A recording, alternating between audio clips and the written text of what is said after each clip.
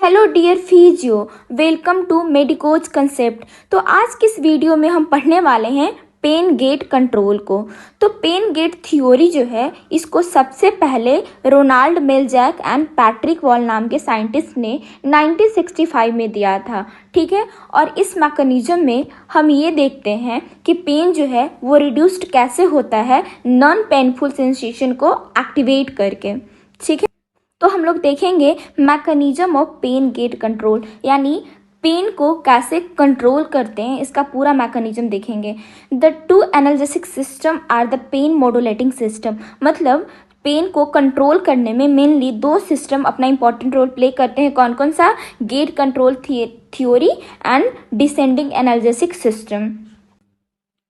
देखो, pen gate theory जो है इसमें हम मेनली ये पढ़ते हैं कि हम पेन को कंट्रोल कैसे करते हैं। तो देखो, पेन को कंट्रोल कैसे करते हैं ये जानने से पहले हमें ये जानना होगा कि हम पेन को सेंस कैसे करते हैं।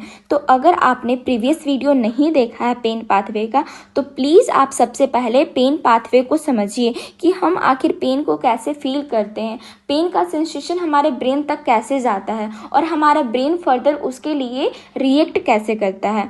ठीक है, तो मैं यहाँ पे एक ब्रीफ पेन पाथवे को समझाती हूँ ताकि आपको पेन गेट कंट्रोल थ्योरी अच्छे से समझ आ सके।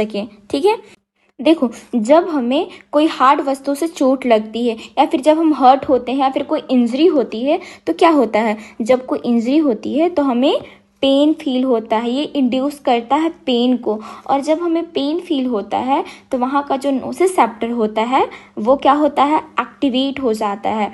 और वो एक्टिवेट होता है और वहाँ नर्व फाइबर प्रेजेंट होते हैं। कौन सा? Upfront nerve fibres. ठीक है, जो ब्रेन तक फर्दर स्पाइनल कोड तक मैसेज को ले जाते हैं। और वो नर्व फाइबर्स कौन होते हैं? ए डेल्टा एंड सी फाइबर। ठीक है, और ये फर्दर फर्स्ट ऑर्डर न्यूरॉन से सेकेंड ऑर्डर न्यूरॉन तक अपने मैसेज को ट्रांसमिट करते हैं। ठीक है, और फर्स्ट ऑर्डर न्यूरॉन से सेकेंड ऑर्डर न्यूरॉन तक जो मैसेज जाता है, ट्रांसमिट होता है, इसलिए सेकेंड ऑर्डर न्यूरॉन को ट्रांसमिशन सेल्स भी बोलते हैं, यानी टी सेल्स भी बोलते हैं। और स्पाइनल कॉर्ड के कौन से पार्ट में सेकेंड ऑर्डर न्यूरॉन होते हैं? तो स्पाइनल कॉर्ड के जो डॉर्सल होर्न होते हैं उसमें। और जहाँ पे first order neuron second order neuron से साइनेप्स होता है या फिर मैसेज को ट्रांसमिट करता है, उस पूरे एरिया को क्या बोला जाता है? सब्सटेंसिया जिलेटिनोसा ऑफ प्रोरांसा। ठीक है, वो फर्दर सेकेंड ऑर्डर तक अपना मैसेज ले जाता है। तो सेकेंड ऑर्डर न्यूरॉन जो होता है वो फर्दर मैसेज को ट्रांसमिट करता है थर्ड ऑर्डर न्यूरॉन के पास। और ये जो थर्ड ऑर्डर न्यूरॉन होता है वो कहाँ प्रेजेंट होता है? देखो, फर्स्ट ऑर्डर न्यूरॉन जो है वो पेरीफेरी पे प्रेजेंट होता है, और जो सेकेंड ऑर्डर न्यूरॉन होता है वो होता है स्पाइनल कोड में प्रेजेंट। और जो थर्ड ऑर्डर न्यूरॉन है वो थैलेमस के जो न्यूक्लियाई है वहाँ पे प्रेजेंट होता है। ठीक है, और third order neuron further thalamus से मैसेज कहाँ ले जाता है?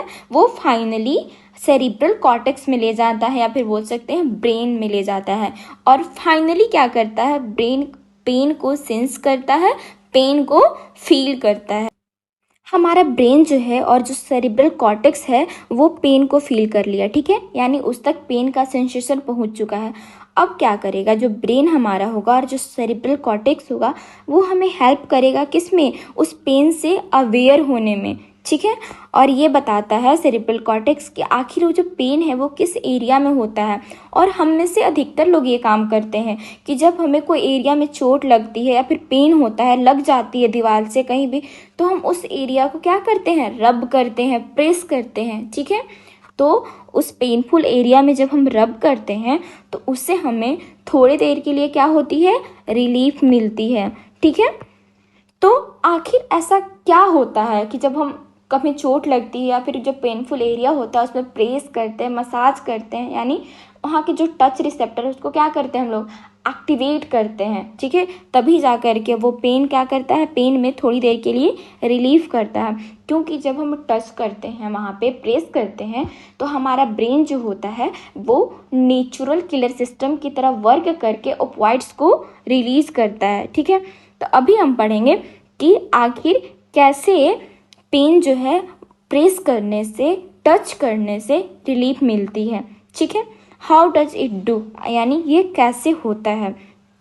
तो देखो, जब हमें पेन फील होती है तो उस एरिया को टच करते हैं, तो टच करने से वहाँ जो डिफरेंट टाइप का जो टच रिसेप्टर होता है वो क्या होता है, हम उसको एक्टिवेट कर देते हैं। ठीक है, तो वो यहाँ पे दो रिसेप्टर एक साथ वर्क करने लगता है। पहला तो पेन तो हो ही रहा है, टच करने से ऐसा तो नहीं होगा। हाँ, पेन में थोड़ी देर के लिए रिलीफ मिलेगी जरूर, टेम्पररी, लेकिन पेन पूरी तरीके से खत्म नहीं होगी। तो पेन रिसेप्टर के साथ साथ टच रिसेप्टर भी वहाँ पे वर्क करने लगता है। तो देखो, सबसे पहले हम लोग ये देखते हैं कि पेन रिसेप्टर कैसे वर्क करता है।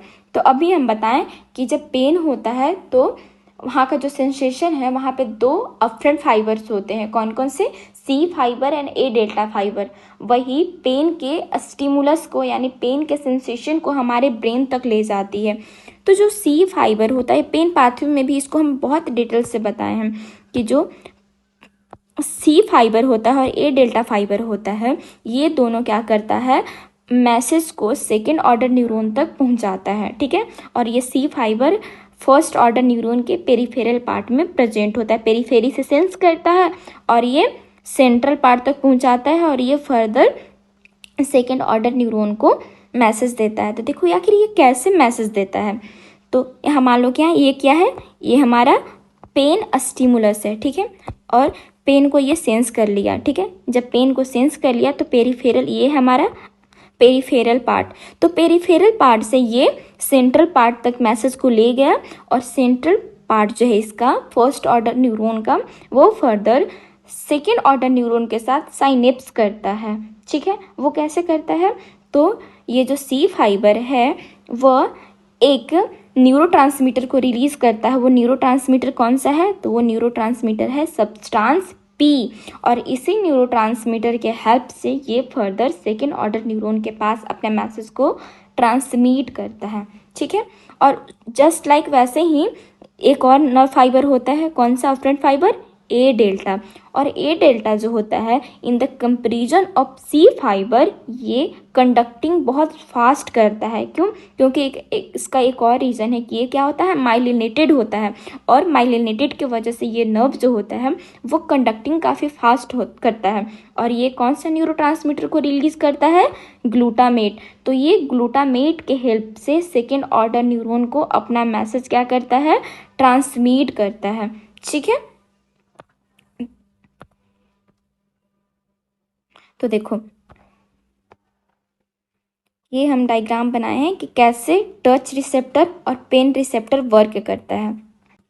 देखो अभी हम देखें कि जो पेन का रिसेप्टर है वो कैसे वर्क कर रहा है। ठीक है, कौन सा न्यूरोट्रांसमीटर रिलीज कर रहा है और वो कैसे सेंसेशन को ब्रेन तक ले जा रहा है।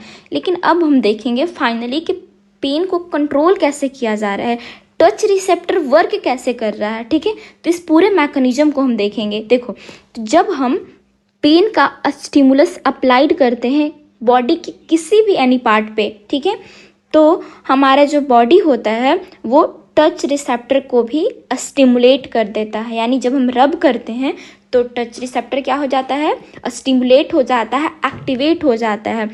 तो अब क्या होगा, दोनों एक्टिवेट हो चुका है, पेन का तो पहले से है ही, अब हम क्या कर दिए, टच के भी रिसेप्टर को स्टिमुलेट कर दिए। तो अब दोनों का जो स्टिमुलस है यानी पेन का और टच दोनों का स्टिमुलस फाइनली स्पाइनल कोड में जाएगा, और जैसे ही स्पाइनल कोड में पेन का रिसेप्टर और टच का रिसेप्टर जाएगा तो टच का जो सेंसेशन है वो सेंड करेगा एक कोलैटरल्स को। ठीक है, और वो किसके पास सेंड करेगा, तो वो सेंड करेगा पेन के रिसेप्टर के पास। और ये जो कोलैटरल्स है वो जो पेन पाथवे का जो न्यूरॉन्स है उसको सेंड करेगा। तो जो पेन पाथवे हो रहा है पूरा कंप्लीटली तो स्पाइनल कोड में ही तो फर्स्ट ऑर्डर न्यूरॉन जो है वो सेकेंड ऑर्डर न्यूरॉन को मैसेज ट्रांसफर करता है with the help of neurotransmitter. ठीक है, तो कोलैटरल्स क्या करता है, कोलैटरल्स क्या करता है, एक केमिकल को रिलीज करता है। कौन सा केमिकल्स, तो उस केमिकल्स का नाम है गाबा। ठीक है, और उस केमिकल को रिलीज करता है, और वो केमिकल जो होता है वो एक प्रकार के इनहिबिटरी केमिकल्स है जो क्या करता है, जो पेन पाथवे में न्यूरोट्रांसमीटर जो फर्दर वहाँ पे ग्लूटामेट और सब्सटेंस पी है जो मैसेज को सेकेंड ऑर्डर न्यूरॉन तक पहुँचाता है, वो क्या करता है, वो दोनों को यानी सब्सटेंस पी को और ग्लूटामेट दोनों को क्या कर देता है, इनहिबिट कर देता है। और जब वो इनहिबिट कर देता है तब वो further first order neuron second order neuron को डीपोलराइज नहीं कर पाता है, यानी साइनेप्स नहीं कर पाया और फर्दर मैसेज ट्रांसमिट नहीं हुआ। और जब मैसेज ट्रांसमिट नहीं हुआ तो क्या हुआ, वहाँ का गेट जो है वो क्लोज हो गया, यानी मैसेज नहीं जा पाया, यानी गेट क्या हो गया, क्लोज हो गया। तो गेट जब क्लोज होता है तो पेन का ट्रांसमिशन नहीं हो पाता है, यानी ट्रेन्स का ट्रांसमिशन क्या हो गया, ब्लॉक हो गया। तो जब पेन का ट्रांसमिशन ही ब्लॉक्ड हो जाएगा तो पेन जो है वो ब्रेन तक कैसे पहुंच पाएगा, और जब ब्रेन तक पेन नहीं पहुंच पाएगा तो हमें पेन फील ही नहीं होगी। ठीक है, तो जो इस एरिया है इसको हम आपको डिटेल से बताते हैं, इसको जूम करके, कि कैसे फर्स्ट ऑर्डर न्यूरॉन मैसेज दे रहा है सेकेंड ऑर्डर न्यूरॉन को with the help of neurotransmitter, और कैसे जो है मैकेनो रिसेप्टर यानी जो टच का रिसेप्टर है वो कोलैटरल को सेंड कर रहा है, और कोलैटरल कैसे रिलीज कर रहा है इनहिबिटरी केमिकल्स को। ठीक है, देखो अभी हम ये जान रहे थे कि जो टच रिसेप्टर है वो कोलैटरल को क्या करता है, सेंड करता है, और वहाँ से केमिकल्स रिलीज होता है जो कि क्या करता है, न्यूरोट्रांसमीटर को इनहिबिट कर देता है। किसके न्यूरोट्रांसमीटर का, जो पेन पाथवे का जो न्यूरोट्रांसमीटर था, सब्सटेंस पी एंड ग्लूटामेट, जो C fibre and A delta fibre release कर रहा था उसको। ठीक है, तो देखो ये सब जितना भी हो रहा था ना, ये स्पाइनल कोड में ही हो रहा था, तो इसीलिए उस पार्ट को हम जूम करके समझा रहे हैं ताकि अच्छे से समझ में आए। देखो सबसे पहले क्या हो रहा है, सबसे पहले ये क्या है, पेन का रिसेप्टर है। ठीक है, और ये नोसिसेप्टर को लेके जा रहा है कहाँ तक, फर्स्ट ऑर्डर न्यूरॉन से फर्दर सेकेंड ऑर्डर न्यूरॉन के पास। ठीक है, और स्पाइनल कोड के जो ये वाला पार्ट है ना, जहाँ पे first order neuron second order neuron को मैसेज ट्रांसमिट करता है, उस पूरे एरिया को बोलते हैं सब्सटेंसिया जेलोटोनियोजा।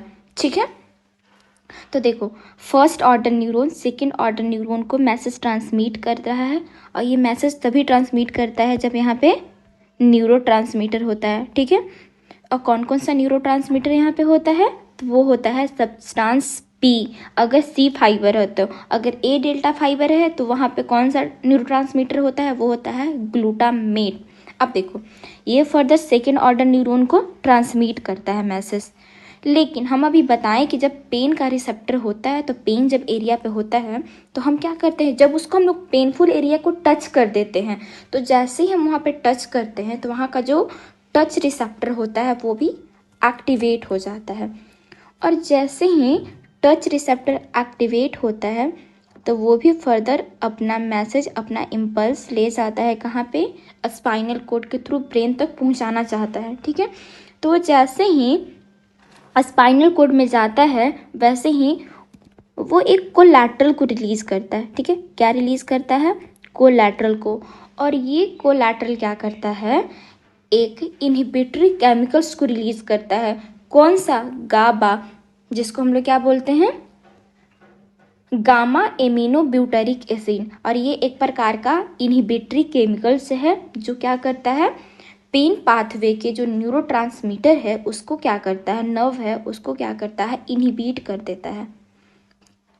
तो यहाँ पे इसका जो न्यूरोट्रांसमीटर है वो तो इनहिबिट हो गया, और जब न्यूरोट्रांसमीटर ही इनहिबिट हो जाएगा तो first order neuron second order neuron के साथ साइनेप्स कैसे कर पाएगा, उसको डीपोलराइज कैसे कर पाएगा।